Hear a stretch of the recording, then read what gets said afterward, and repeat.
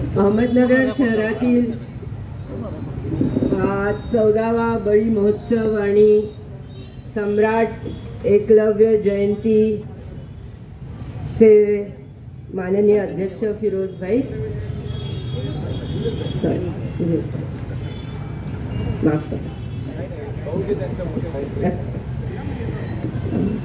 माझ्या सर्व आयोजक मित्रांनो आणि मैत्रिणींनो आणि ह्या महोत्सवासाठी इथे जमलेल्या माझ्या नागरिक बंधू भगिनींनो आणि विशेष करून जी मान्यवर व्यक्ती सुद्धा इथे उपस्थित आहे, आपल्या सर्वांचं मी प्रथम आज ह्या मंगल क्षणी सर्वांचं मी अभिवादन करते।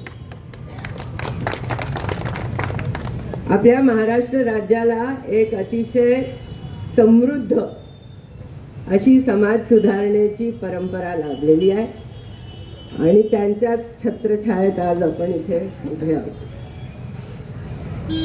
संत कवी असतील, महात्मा ज्योतिबा फुले, सावित्रीबाई, फातिमा, त्यानंतर डॉक्टर बाबासाहेब आंबेडकर, विठ्ठलरामजी शिंदे, शाहू महाराज, पंडिता रमाबाई, महर्षी कर्वे, आगरकर, असे अनेकांची आपण नावं घेऊ शकतो ज्यांनी या महाराष्ट्रामध्ये इथली जी काही अतिशय क्रूर अशी जाती व्यवस्था आहे, त्याचबरोबर इथली पितृसत्ताक व्यवस्था आणि कष्टकऱ्यांचं प्रचंड शोषण करणारी जी वर्ग व्यवस्था आहे,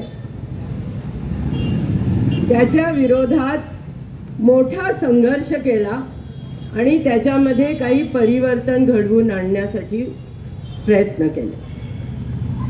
त्यासाठी त्यांना व्यक्तिगत पातळीवर, सामाजिक पातळीवर देखील अतिशय संघर्ष करावा लागला आणि खूप काही विरोध देखील सहन करावा लागला, परंतु ते चिकाटीने त्या मार्गावर चालत राहिले। आणि मी असं समजते की आजच्या ह्या आपल्या महोत्सव जयंतीचे जे आयोजक आहेत, तीच परंपरा, तोच वारसा घेऊन पुढे जाणारी मंडळी आहेत आणि म्हणून आपण त्या थोर सर्व समाज सुधारकांना देखील या निमित्ताने एकदा परत अभिवादन करूया। आज या बळीराजा महोत्सवाच्या निमित्ताने जे आपण पत्रक काढलेलं आहे ते मी अतिशय काळजीपूर्वक वाचलं आणि मला आपल्या सर्वांचं अभिनंदन करायचं आहे की त्या निमित्ताने ह्या समाज सुधारकांनी आपल्यामध्ये जी एक चिकित्सक दृष्टी तयार केली, त्या चिकित्सक दृष्टिकोनातून आपण आपली संबंध ही जी काही परंपरा आहे त्याची एक मांडणी त्या पत्रकामध्ये केलेली आहे। मला ते महत्त्वाचं ह्यासाठी वाटतं की आज आपले सगळे जे सण आहेत त्या सगळ्या सणांना घट्ट असं एका धार्मिक परंपरेमध्ये गुंडाळून टाकले आणि त्याच्यामुळे खरं म्हणजे आपण जसं या पत्रकामध्ये म्हटलं, या सणांचं माणूस आणि निसर्ग यांच्यामधील जे एक अतूट नातं आहे, ते नातं उलगडून सांगणारे हे जे सगळे आपले सण आहेत, मग आज तुम्ही बलिप्रतिपदेचं त्याच्यामध्ये विश्लेषण केलेलं आहे, पण आपली होळीचा आपला उत्सव असेल, आपला दसरा असेल, आपली संक्रांत आहे, या सगळ्या सणांच्या मागे जे माणूस आणि निसर्ग यांच्यामधलं जे एक नातं आहे हजारो वर्षांचं, ते जे उलगडून हे सण सांगतात ते खरं म्हणजे हरवलेलं आहे आणि काहीतरी कर्मकांडामध्ये आपण हे सगळे सण जे आहेत हे सगळे ते जे नातं आहे ते आपण त्या निमित्ताने विसरून गेलेलो आहे आणि म्हणून मला असं वाटतं की या बळीराजा उत्सवाच्या निमित्ताने आपण हे नातं परत एकदा उजळून लावलं, याबद्दल खरं म्हणजे आपल्या सर्वांचे आभार मानायला पाहिजे।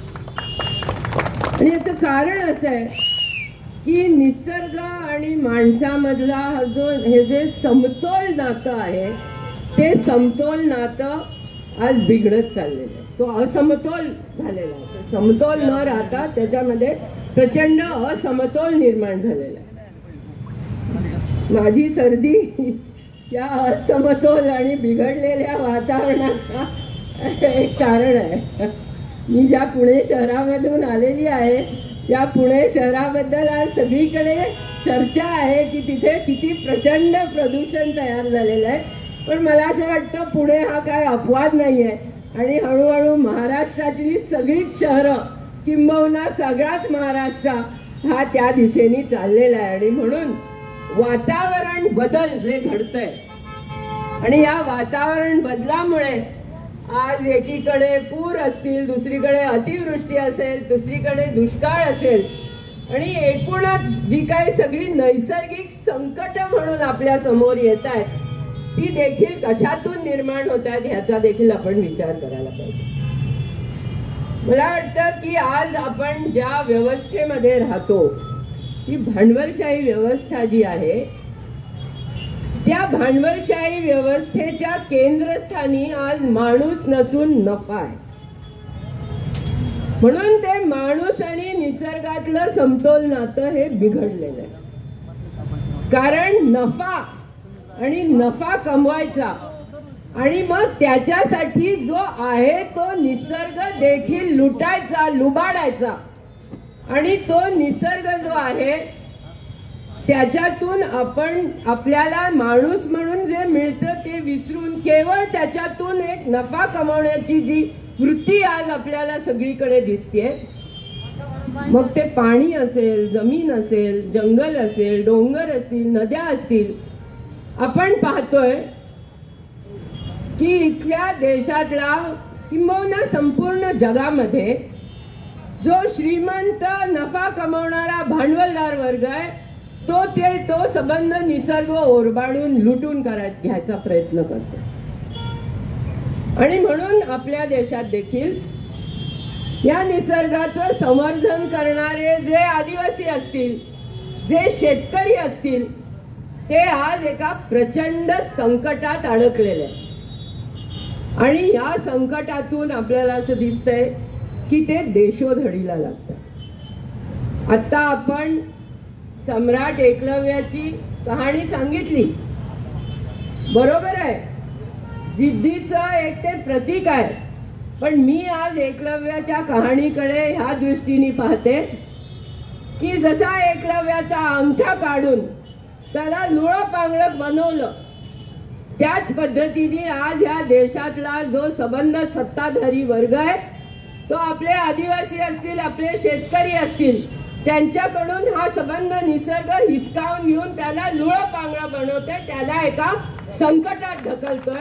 आज एकलव्य त्याचं प्रतीक आहे. आणि म्हणून मी असं म्हणेन की आपण या जयंतीच्या निमित्ताने सगळ्यांनी एकत्र येऊन परत एकदा तो निसर्ग आपल्या बाजूनी खेचून घेण्यासाठी जो संघर्ष करावा लागणार आहे त्याच्यासाठी आपल्याला काही एक संकल्प या निमित्ताने बांधायची गरज आहे.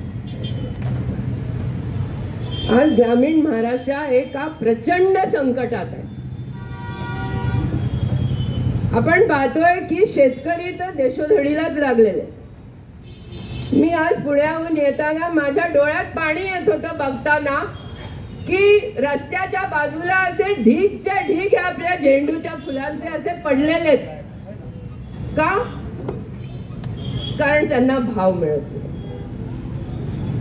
कधी आपण झेंडूची फुलं फेकून देतो, कधी टोमॅटो असतात, कधी कांदे असतात, कधी दूध फेकून देतो.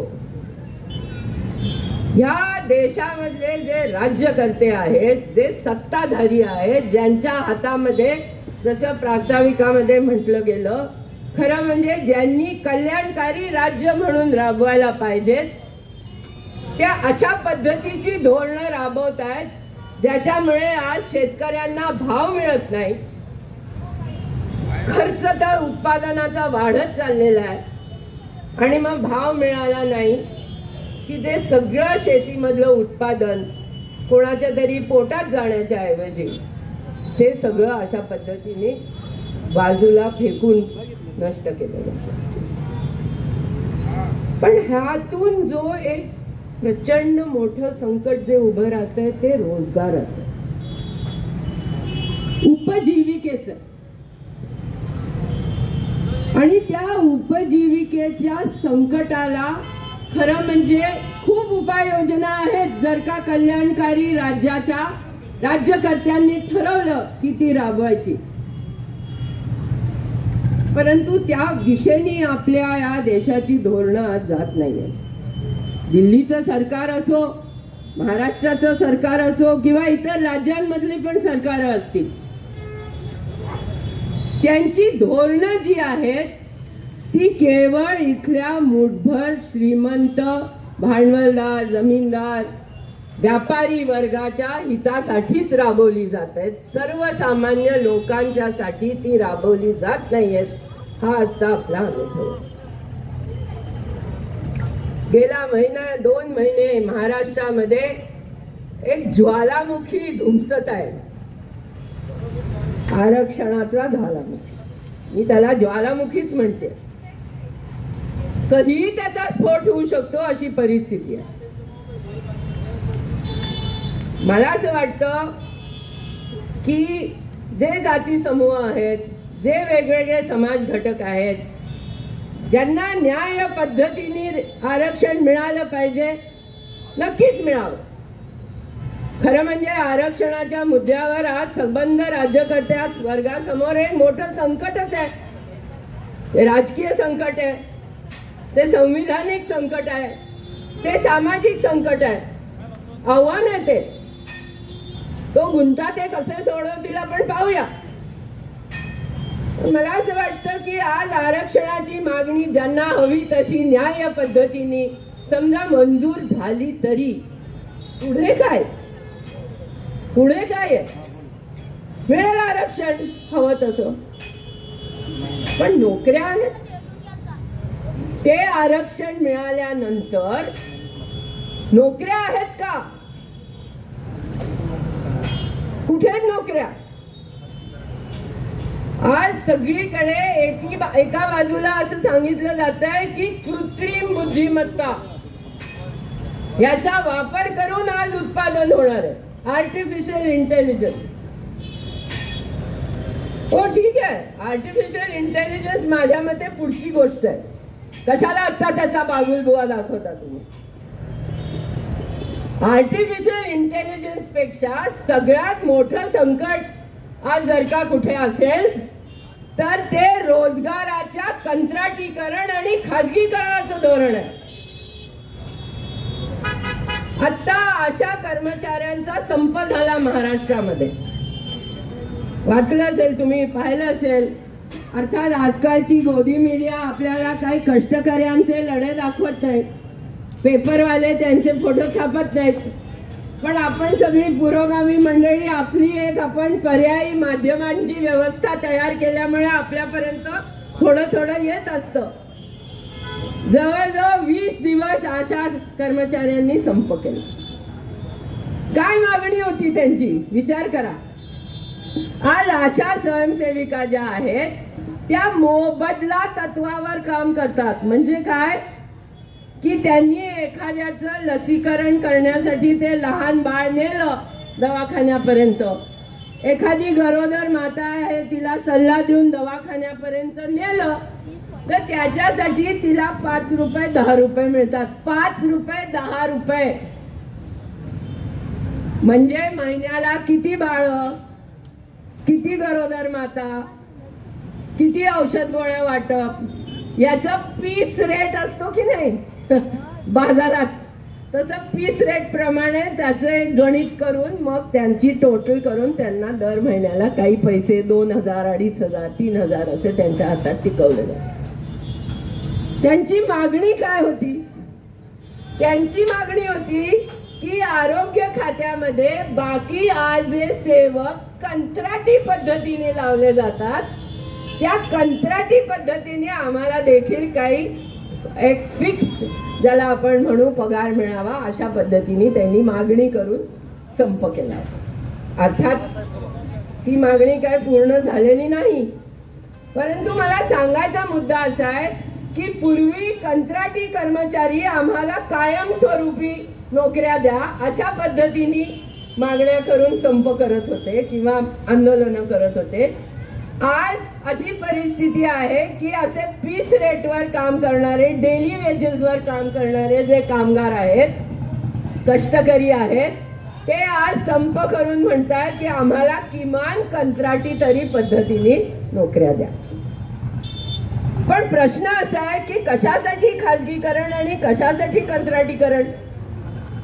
आज आरोग्य खात्यामध्ये, शिक्षण खात्यामध्ये, सरकारच्या इरिगेशन खात्यामध्ये किंबहुना सरकारच्या प्रत्येक खात्यामध्ये हजारो लाखो पदं ही रिकामी आहेत. दुसऱ्या बाजूला आपली तितकीच नाही त्याच्याही पेक्षा 100 पटीने जास्त तरुण बहुजन समाजातली शिक्षित मुलं यांची एक बेरोजगारांची फौज तयार झाली आहे. काल आमच्या सासूरवाडीला होते मी, कान्हेवाडीमध्ये, आणि हे मला सांगत होते की आपल्या गावामध्ये किती 1, 2, 2,500, 3,000 लोकसंख्येचं गाव असेल ते आमचं, त्याच्यामध्ये 60 बेरोजगार इंजिनियर आहेत एका गावामध्ये. त्यांना नोकऱ्या मिळू शकत नाही. पण सरकार रोजगार हमी योजनेवर जे ज्युनियर इंजिनियर नेमायला पाहिजेत त्यांची नेमणूक करण्यासाठी देखील GR काढते की अशा सगळ्यांचं कॉन्ट्रॅक्ट देऊन त्यांना कामावर ठेवलं जाईल. प्रश्न असा आहे की तुम्हाला कशाला हवा तो कॉन्ट्रॅक्टर? तुम्ही डायरेक्टली पण त्यांना कामावर ठेवू शकता, तुम्ही त्यांना चांगला पगार देऊ शकता, पण कॉन्ट्रॅक्टरला तुम्हाला 2 पद्धतीने पैसे कमवता. तुम्ही कॉन्ट्रॅक्टरला कॉन्ट्रॅक्ट देण्यासाठी देखील तुमचे 2-4% जे काय आहेत ते कमवता, आणि मग त्या कॉन्ट्रॅक्टरला कॉन्ट्रॅक्ट देण्यासाठी जे कमिशन त्याच्यातून तो कमवतो त्याच्यातली पण तुम्ही टक्केवारी घेता. म्हणजे सबंध कंत्राटीकरणाचं जे धोरण आहे ते परत काही मूठभर लोकांच्या फायद्याचं आणि हजारो लोकांच्या तोट्याचं अशा पद्धतीचं धोरण जे राबवण्याचं आहे. इथे एक आता सर्रास ही जी काही पद्धत झालेली आहे त्याच्यातून आज हा बेरोजगारीचा आणि त्याच्यातून हे सगळे जे प्रश्न आहेत ते निर्माण होत आहेत. शक्य नाहीये का आपल्याला नोकऱ्या निर्माण करणं? मी म्हटलं तसं सगळी पदं भरा. ती सगळी पदं भरण्यासाठीच तुम्हाला इतका प्रचंड प्रमाणात रोजगार निर्माण होऊ शकतो. परवा लोकसत्तेमध्ये प्राध्यापक नीरज हातेकरांनी एक अतिशय चांगला लेख लिहिला या आरक्षणाच्या निमित्ताने. ते असं म्हणाले की महाराष्ट्रामध्ये 4-4.5 कोटी माणसं अशी आहेत, स्त्रिया आणि पुरुष, की जे रोजगारासाठी इच्छुक आहेत. म्हणजे त्यांना काम करायचंय, त्यांना काम करण्याची इच्छा आहे. नोकऱ्या किती आहेत? नोकऱ्या म्हणजे आपण म्हणूया रोजगार साधारणपणे फक्त 20 लाख. काय हे प्रमाण? कुठे 4.5 कोटी, कुठे 20 लाख, आणि मग आरक्षण तुम्ही किती राबवा, किती लोकांना त्याच्यातून रोजगार मिळणार आहे? हा खरं हा प्रश्न आहे. आपण जेव्हा सरकारकडे रोजगार निर्मितीची मागणी करतो तेव्हा आपल्याला असं सांगितलं जातं की सरकारकडे पैसे नाहीत. हे खरं आहे का? आणि नसतील सरकारकडे पैसे तर सरकारला ते पैसे उभं करण्याची क्षमता नाही का? तुमच्याकडे सर्व प्रकारचे कानून कायदे आहेत, तुमच्याकडे टॅक्स बसवण्याची आणि वसूल करण्याची यंत्रणा आहे, म्हणून तर तुम्ही शासन आहात ना. पण आज आपल्या देशाच्या बजेटमध्ये दरवर्षी इथला जो श्रीमंत भांडवलदार आहे, अंबानी सारखा, अडाणी सारखा, टाटा सारखा, त्याला 1 लाख कोटी रुपये किमान कर्ज सवलती दिल्या जातात. ते 1 लाख कोटी रुपये घेऊन जर का आपण या देशामध्ये रोजगार निर्माण केला तर खरं म्हणजे एक समृद्धीचं संपूर्ण चक्र आपण तयार करू शकतो. आणि त्याच्यासाठी तुम्हाला काय फार मोठं अर्थतज्ञ होण्याची गरज नाहीये. साधी गोष्ट आहे ना की आज तुम्ही रोजगार निर्माण केला तर तुम्ही लोकांच्या हातात क्रयशक्ती द्याल. ती माणसं आज इथे येऊन बाजारामध्ये वस्तू विकत घेतील. ती वस्तू विकत घेतली तर त्या वस्तूला मागणी वाढेल. म्हणजे त्या वस्तूंचं उत्पादन करणारे जे कोण असतील छोटे मोठे उद्योजक, त्यांना त्यांच्या उद्योगाला काहीतरी एक चालना मिळेल. ते काही लोकांना आणखीन रोजगार निर्माण करून देतील. अशा पद्धतीने आपण एक रोजगार आणि क्रयशक्तीचं जर का या देशामध्ये जाणीवपूर्वक धोरण राबवून एक चक्र निर्माण केलं तर मला असं वाटतं की ह्या देशाचा गरिबीचा, बेरोजगारीचा जो काय प्रचंड एक प्रश्न आहे तो सहजपणे सुटू शकतो. पण हे इथल्या राज्यकर्त्यांना करायचं नाहीये, कारण ते काही बळीराजा नाही. ते काही बळीराजा नाही. हे बळीचं राज्य नाहीये. आपल्याला इथे बळीचं राज्य आणावं लागणार आहे आणि मग ते बळीचं राज्य आणण्यासाठी आपल्याला देखील काही मेहनत करावी लागणार आहे. हे आपोआप होणारी गोष्ट नाहीये. ही लोकशाही व्यवस्था असेल, परंतु ती खरंच लोकशाही व्यवस्था आहे का याचा आपल्याला विचार करायची वेळ आलेली आहे. आज आपल्याकडे एकच शस्त्र आहे आणि ते म्हणजे आपल्या मतदानाचा अधिकार. डॉक्टर बाबासाहेब आंबेडकरांनी ज्या संविधानामध्ये आपल्याला एक व्यक्ती एक मताचा जो काही अधिकार दिला, ज्याच्यामध्ये या देशातले जे सगळे वंचित घटक आहेत, स्त्रिया असतील, दलित असतील, आदिवासी असतील, सर्व बहुजन समाजाला ते एक मत मिळालेलं आहे. त्या एक मताचा आपल्याला योग्य पद्धतीने आज वापर करण्याची वेळ आलेली आहे. कारण इथला राज्यकर्ता वर्ग शेवटी आपणच निवडून देतो. आज इथे जे सरकार आहे भारतीय जनता पक्षाचं आणि त्यांच्या बरोबर जे जोडले जातात अधूनमधून, कधी जोडले जातात कधी फुटतात. कोणाचं सरकार आहे? फडणवीसांचं आहे का शिंदेचं आहे का पवारांचं आहे का आणखीन कोणाचं आहे? त्याच्या मागे अडाणीचंच आहे असं वाटतं. हे जे पैसेवाल्यांचं राज्य आहे, हे राज्य हे आपलं राज्य नाही आणि त्याच्यामुळे हे राज्य आपल्याला बदलावं लागणार आहे आणि त्या बदलण्यासाठी आपल्याला जाऊन लोकांमध्ये देखील जागृती करावी लागणार आहे. आपले खरे प्रश्न काय आहेत हे मांडावे लागणार आहेत. आज महागाई ज्या प्रचंड प्रमाणात वाढलेली आहे, किती जणांना खऱ्या अर्थाने आज ही दिवाळी साजरी करता आली असा प्रश्न आहे. शेतकऱ्यांच्या बद्दलची धोरणं, कामगारांच्या बद्दलची धोरणं, शिक्षणाबद्दलचं धोरण. आज महाराष्ट्रामध्ये सगळ्या शाळा बंद व्हायला लागल्यात. कोण शिकतंय ह्या सरकारी शाळांमधून? आपला आदिवासी समाज, आपला शेतकरी समाज, आपला बहुजन समाज. त्या बहुजन समाजाला सरकारी शाळांचा जो काही आधार मिळाला त्याच्यातून ते शिकून आज पुढे आलेले आहेत. आज तुम्ही त्यांचं शिक्षण काहीतरी क्लस्टर, अमुक तमुक नवीन शैक्षणिक धोरण या निमित्ताने बंद करायला निघालेला आहात. त्याच्या विरोधात आपण आवाज उठवण्याची गरज आहे कंजुगबिरीला. आणि म्हणून आजचा जो हा कार्यक्रम आहे, मी असं समजते की या बळीच्या राज्याची जी काही संकल्पना आहे ती संकल्पना लोकांमध्ये घेऊन जाण्याचं हे एक निमित्त आहे. आपल्याला सांगावं लागणार आहे की या देशामध्ये सगळ्यात प्रमुख प्रश्न हा अयोध्येमध्ये राम मंदिर बांधलं जातं की नाही हा नाहीये.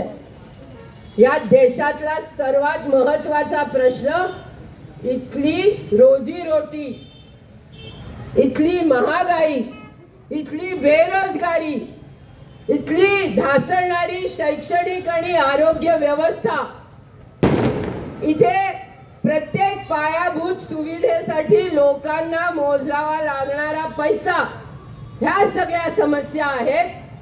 आणि म्हणून आम्हाला इथे जेव्हा आम्ही म्हणतो की बळीचं राज्य येऊ, तेव्हा आम्हाला इथे सर्व लोकांना त्यांचं पोट भरेल, त्यांच्या हाताला काम असेल, त्यांच्या घरावर छप्पर असेल, त्यांच्या मुलाबाळांना शिक्षण असेल, आजारी पडले तर दवाखान्याची सोय असेल आणि म्हातारपणासाठी काही सोयी सुविधा असतील. ही आमची खरं म्हणजे बळीच्या राज्याची संकल्पना. आणि म्हणून या निमित्ताने मला सर्व आयोजकांचं खरं म्हणजे परत एकदा अभिनंदन ह्यासाठी करायचंय की हजारो वर्षांच्या ह्या आपल्या ब्राह्मणी संस्कृतीने आपले हे जे सगळ्या सण परंपरा आहेत त्याच्याबद्दल एक विशिष्ट पद्धतीने आपल्या डोक्यामध्ये काही विचार घातलेले आहेत. आणि मी म्हटलं तसं या सगळ्या सणांना एका धार्मिक एका ह्याच्यात अडकवून टाकलेलं आहे. या महोत्सवाच्या निमित्ताने मला वाटतं की जी आपल्याकडची एक चिकित्सक वैचारिक दृष्टी आहे की जी प्रत्येक गोष्टीकडे चिकित्सेने पाहते, रॅशनली पाहते, त्या चिकित्सक दृष्टीने आपण सर्वांनी आपल्याच सणांची एक चिकित्सा करून त्या सगळ्या ब्राह्मणी परंपरेतून त्यांना बाहेर काढले. आणि आज जे काही शिक्षण घेऊन इथला बहुजन समाज शिकला, जी तरुण पिढी निर्माण झाली, त्या तरुण पिढीने प्रत्येक आपल्या सगळ्या परंपरेचं अशा पद्धतीने चिकित्सा करण्याची एक पद्धत सुरू केली.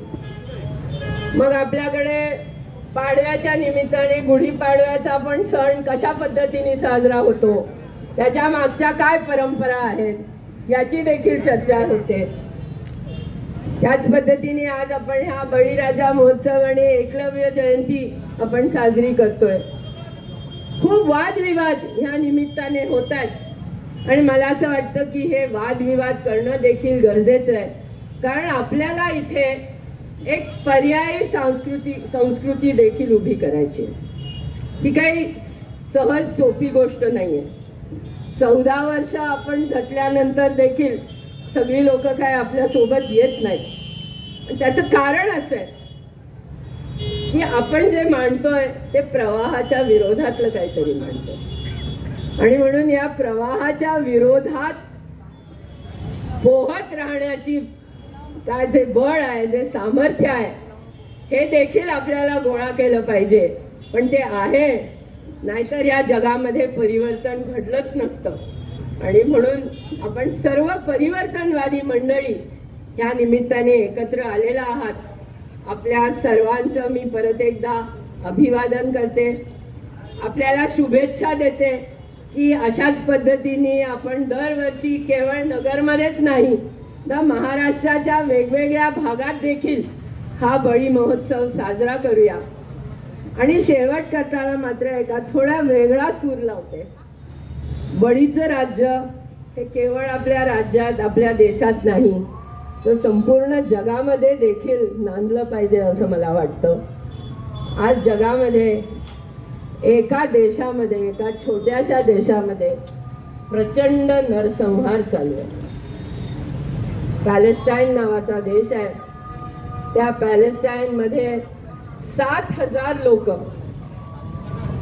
ही या जगातली ज्या सगळ्या बलाढ्य साम्राज्यवादी शक्ती आहेत त्यांना त्यांची शस्त्र विकायची आहेत. त्यांना शस्त्राचा बाजार त्यांनी जो थाटलेला आहे त्याला भरभराटी आणायची आहे. म्हणून त्यांनी लहान लहान मुलांचा देखील तिथे बळी घेतलेला आहे. त्या निमित्ताने मी एक कविता वाचली. ती कविता मी आपल्या सर्वांच्या समोर सादर करते आणि मग थांबते. एकच मिनिट.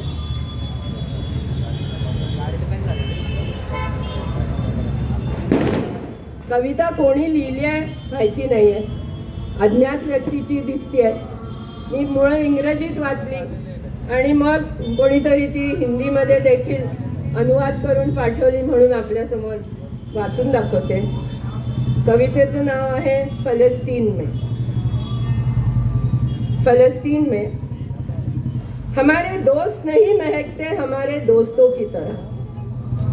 फलस्तीन में हमारे दोस्त नहीं महकते दोस्तों की तरह, वे महकते हैं अस्पतालों की तरह. वे महकते हैं अस्पतालों की तरह. हमारे अस्पताल अस्पतालों की तरह नहीं महकते. फिलिस्तीन में हमारे अस्पताल अस्पतालों की तरह नहीं महकते. वे महकते हैं कब्रिस्तानों की तरह. वे महकते हैं कब्रिस्तानों की तरह. हमारे कब्रिस्तान नहीं महकते हमारे कब्रिस्तानों की तरह. हमारे कब्रिस्तान नहीं महकते हमारे कब्रिस्तानों की तरह. वे महकते हैं हमारे दोस्तों की तरह. वे महकते हैं हमारे दोस्तों. आपल्याला जगाला कब्रिस्तान नाही बनवायचं. आपल्याला देशाला पण कब्रिस्तान नाही बनवायचं. आपल्याला देशाला बळीचं राज्य बनवायचं आहे. त्यासाठी आपल्या सर्वांनी एकत्र येऊन झटण्याची आवश्यकता आहे हे या निमित्ताने बोलते. आपण मला ह्या महोत्सवाच्या निमित्ताने प्रमुख पाहुणी म्हणून बोलावलं, त्याबद्दल जो सन्मान दिला त्याबद्दल आपल्या सर्वांचे आभार मानते आणि थांबते. धन्यवाद.